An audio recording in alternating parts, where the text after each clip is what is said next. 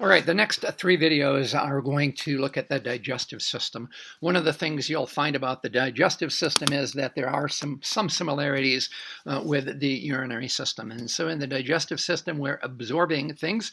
In the urinary system, we're reabsorbing things. And so we will see some commonalities.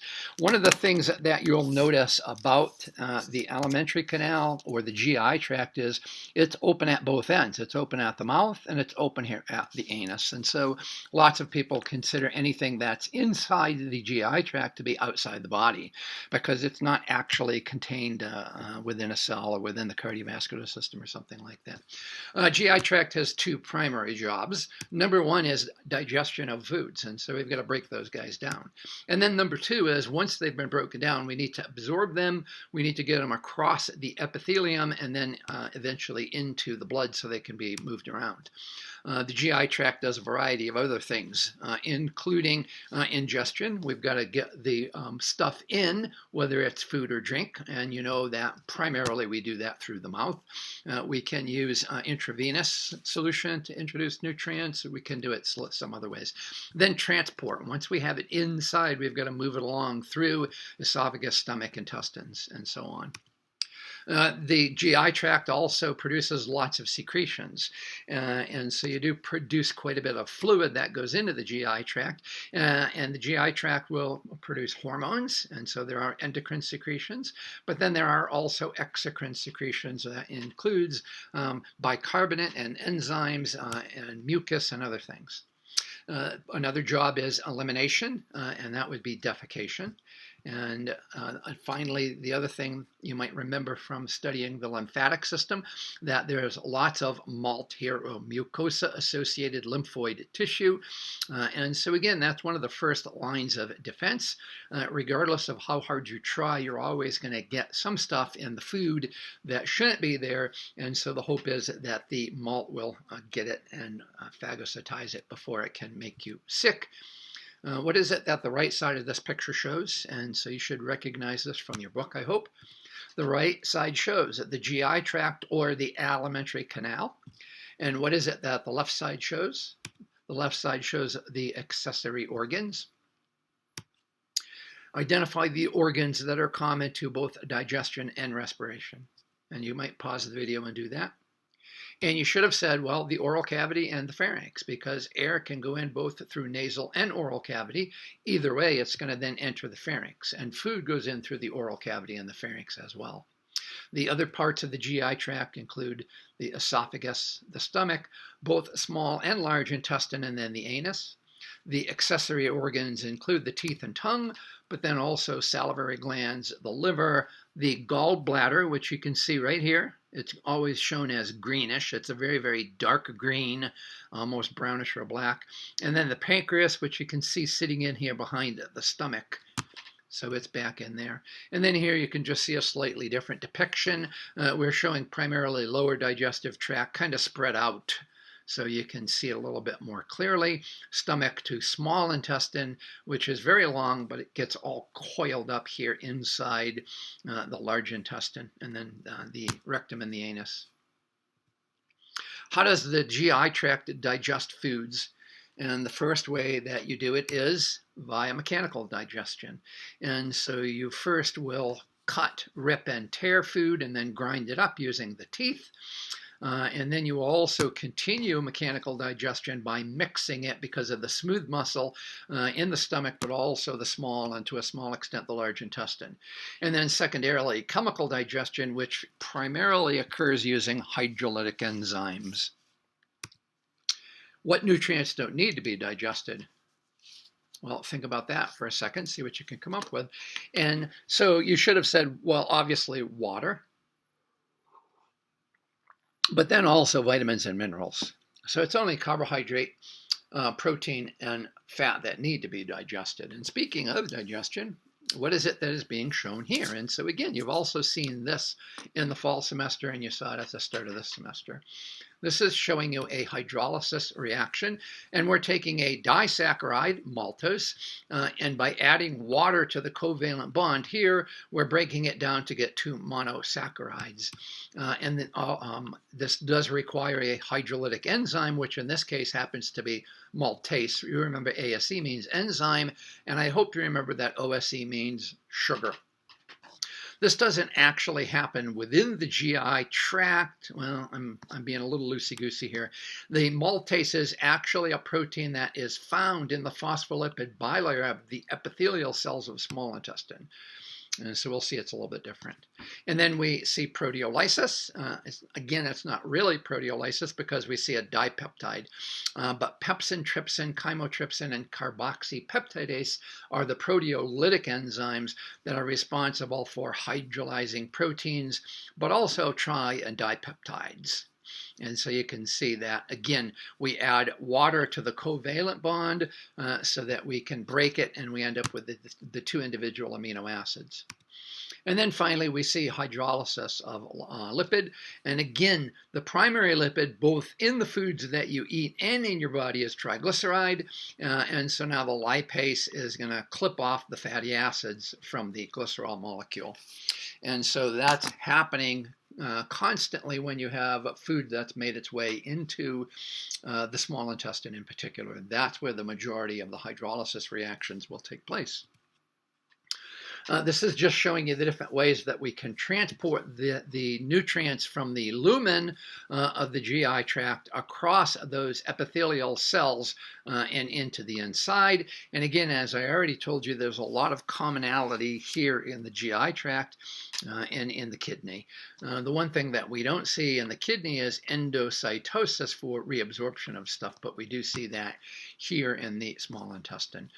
We also see simple diffusion. We see facilitated diffusion, and we see the use of pumps working to help things be moved across. What is it that this picture is showing? This is showing you the layers that we find in the wall of the GI tract. There are some commonalities, but we find exceptions as we move our way down. And so the very inside layer, the part that is touching the food, is the mucosa.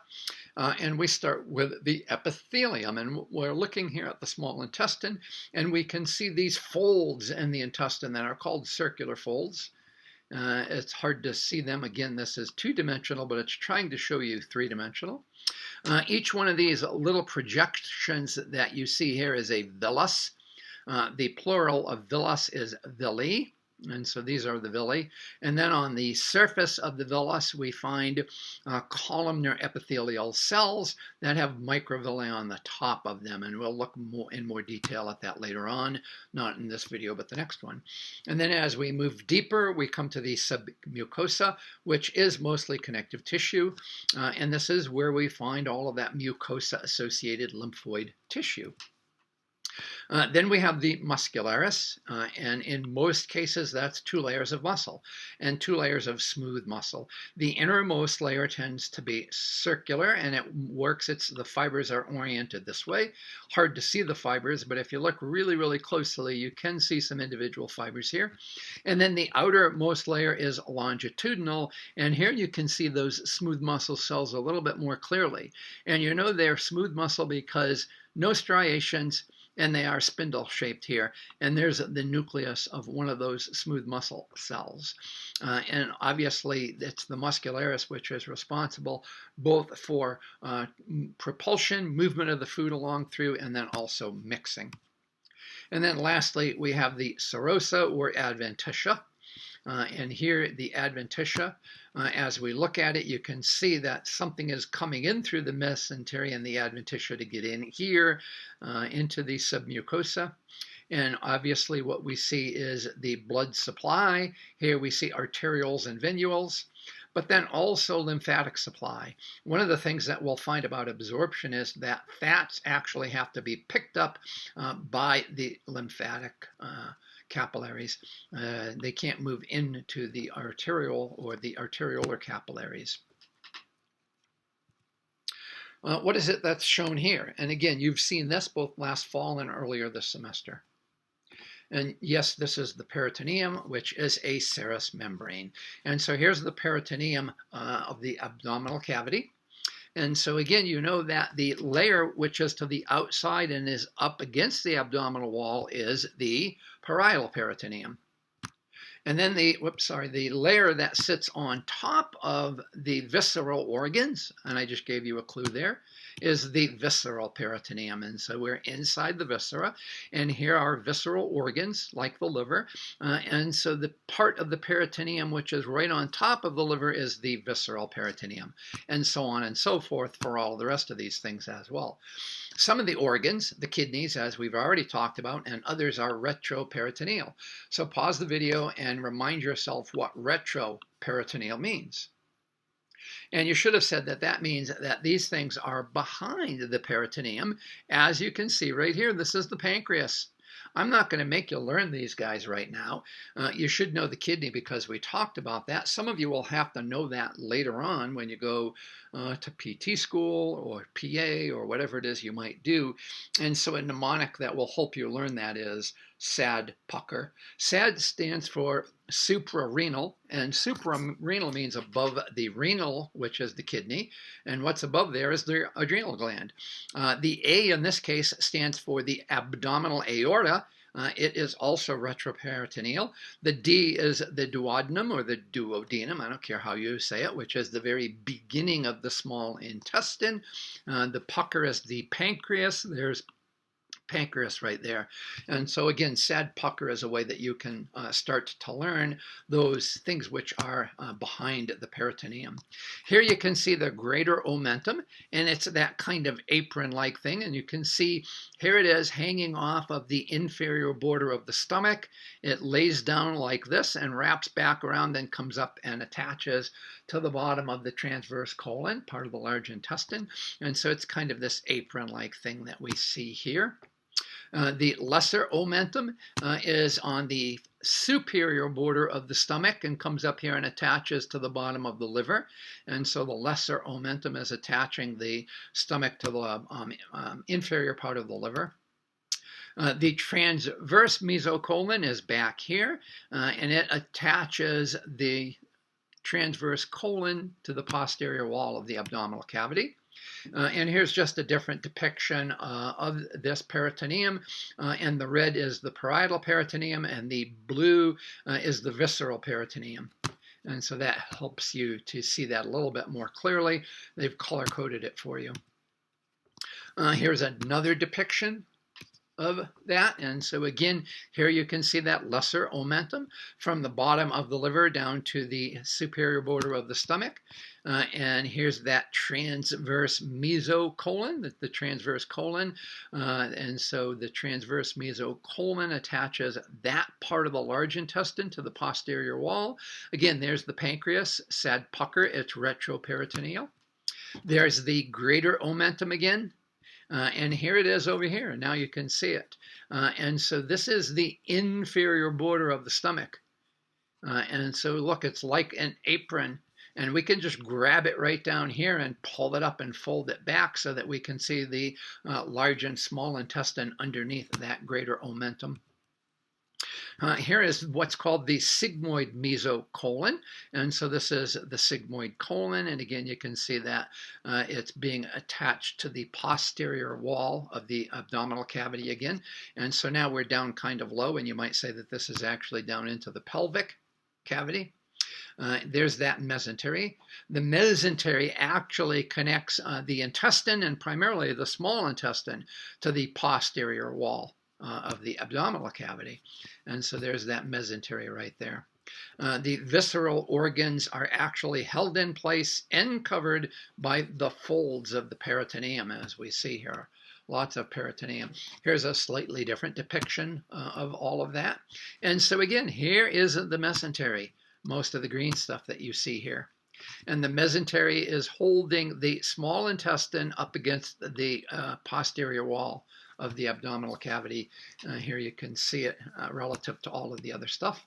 There's the transverse mesocolon right here. And because this is the transverse colon, cut through the cross section. Here you can see the stomach has been cut through. Here is the sigmoid mesocolon down here. This is the S-shaped part of the colon leading to the rectum and the anus. There's the greater omentum. We can't see the top part of it, but here is that bottom. And so this comes off of the inferior border of the stomach, wraps up and comes up and attaches to the transverse colon.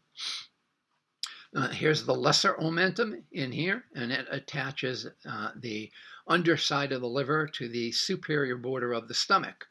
We've cut through the stomach so that we can see that as well.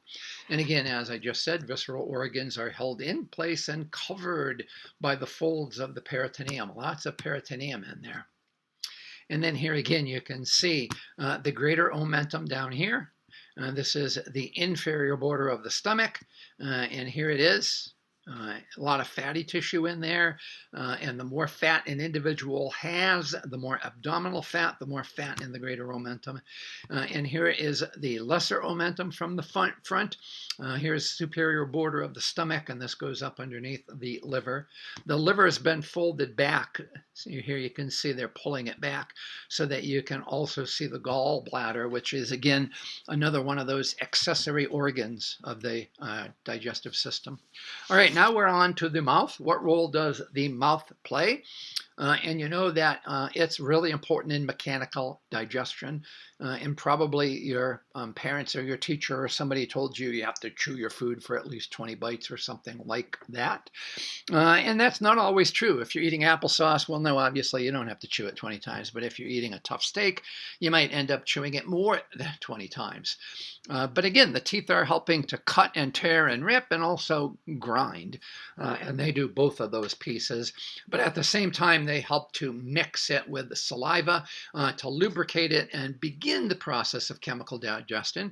Very little chemical digestion actually happens in your mouth, especially if you're taking in something like a sauce and you swallow it.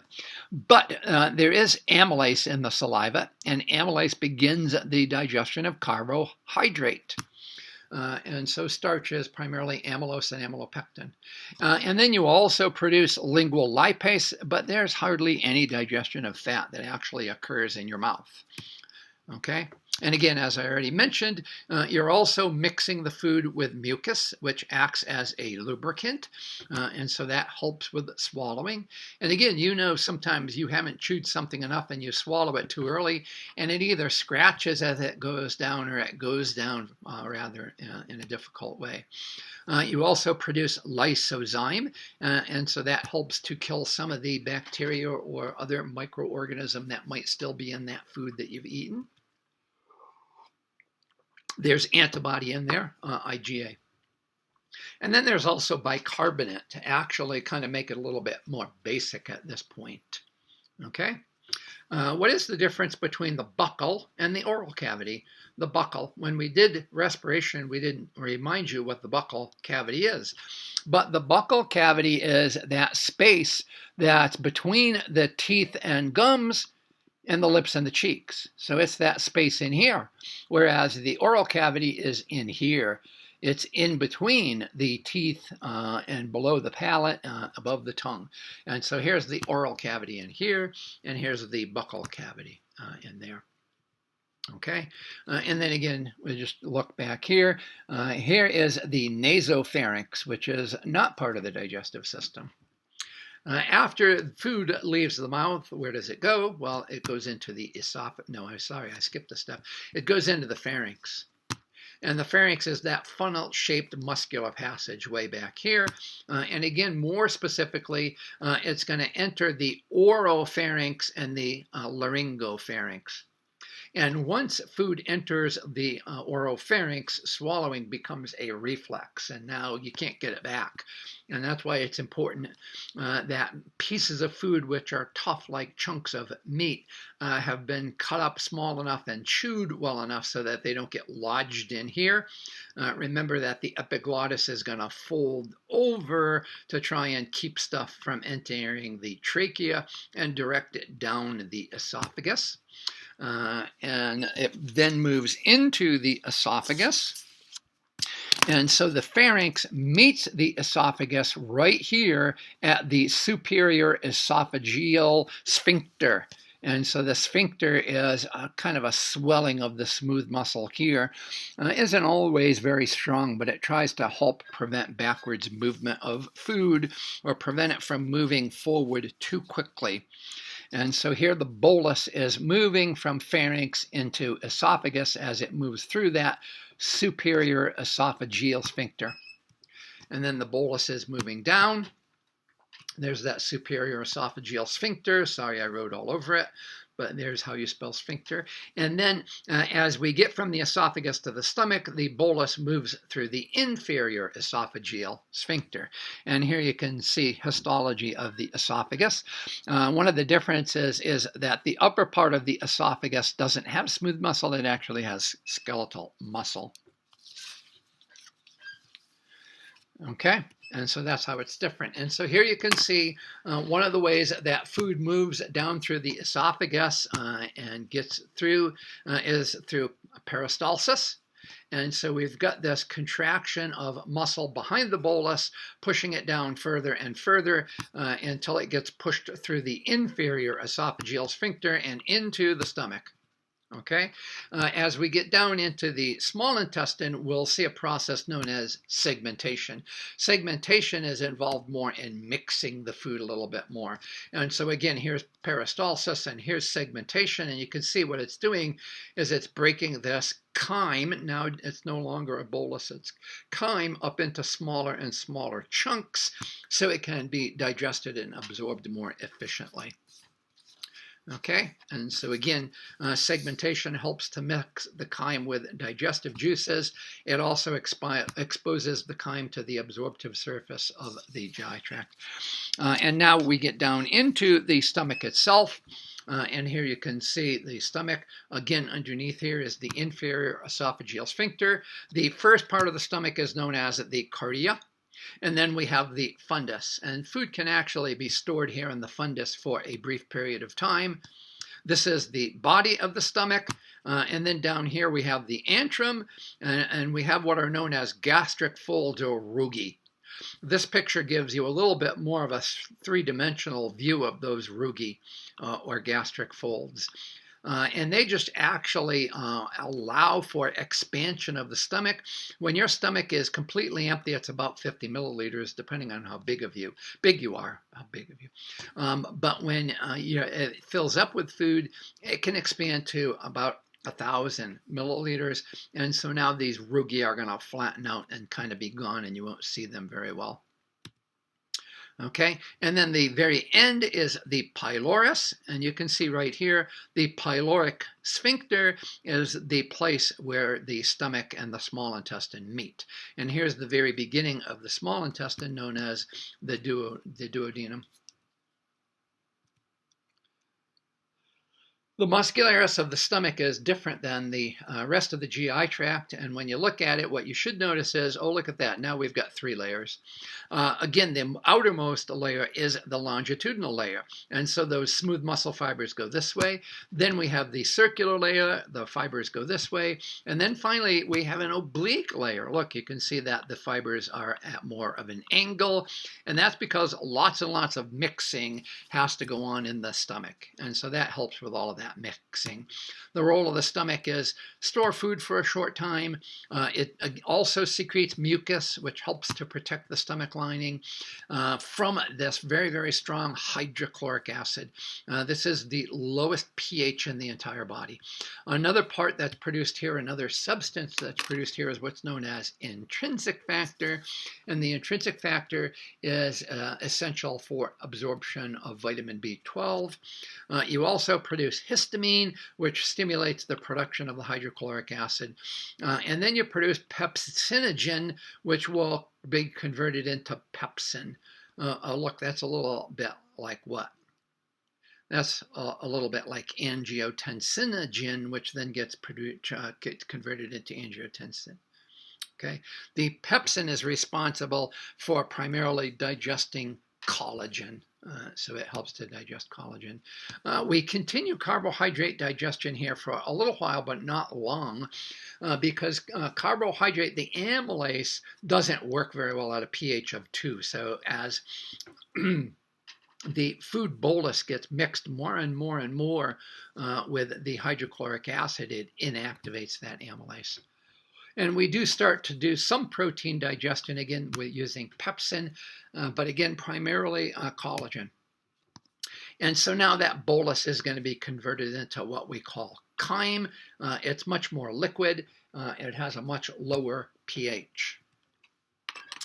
Here we're looking a little bit more at the histology of the stomach, and you can see these deep grooves known as gastric pits. Here you can see these deep gastric pits. Okay, and here we see detail of the gastric pit. And so we have down a little ways, we've got to move down into the pit to get to what are called mucous neck cells. And they produce an acid mucus. And again, so the surface of the stomach is covered with this mucus, and it helps to protect your stomach lining. Then we have these parietal cells, and they're the ones that produce the hydrochloric acid and the intrinsic factor. Again, you have to have intrinsic factor in order to absorb B12, which is essential for you. Then we have chief cells. The chief cells produce that pepsinogen. Again, the pepsinogen is converted into pepsin. This is the active form of the hydrolytic enzyme, which again is primarily going to target collagen. And then we won't worry about the G cells. And so here you can see, here's the pepsinogen that moves in here, and the hydrochloric acid will cleave off a part of the pepsinogen to create pepsin, and then that helps to start to break down, again, primarily what? Primarily the collagen. I should probably not bother to try and spell these things, should I? I should just type it in and use PowerPoint to do this, but oh well. So there you go. And so now we've seen some of those specialized cells in the epithelium of the gastric pit of the stomach. And that brings us to the end of this one. And in the next one, we'll continue on down into the small intestine and the large intestine.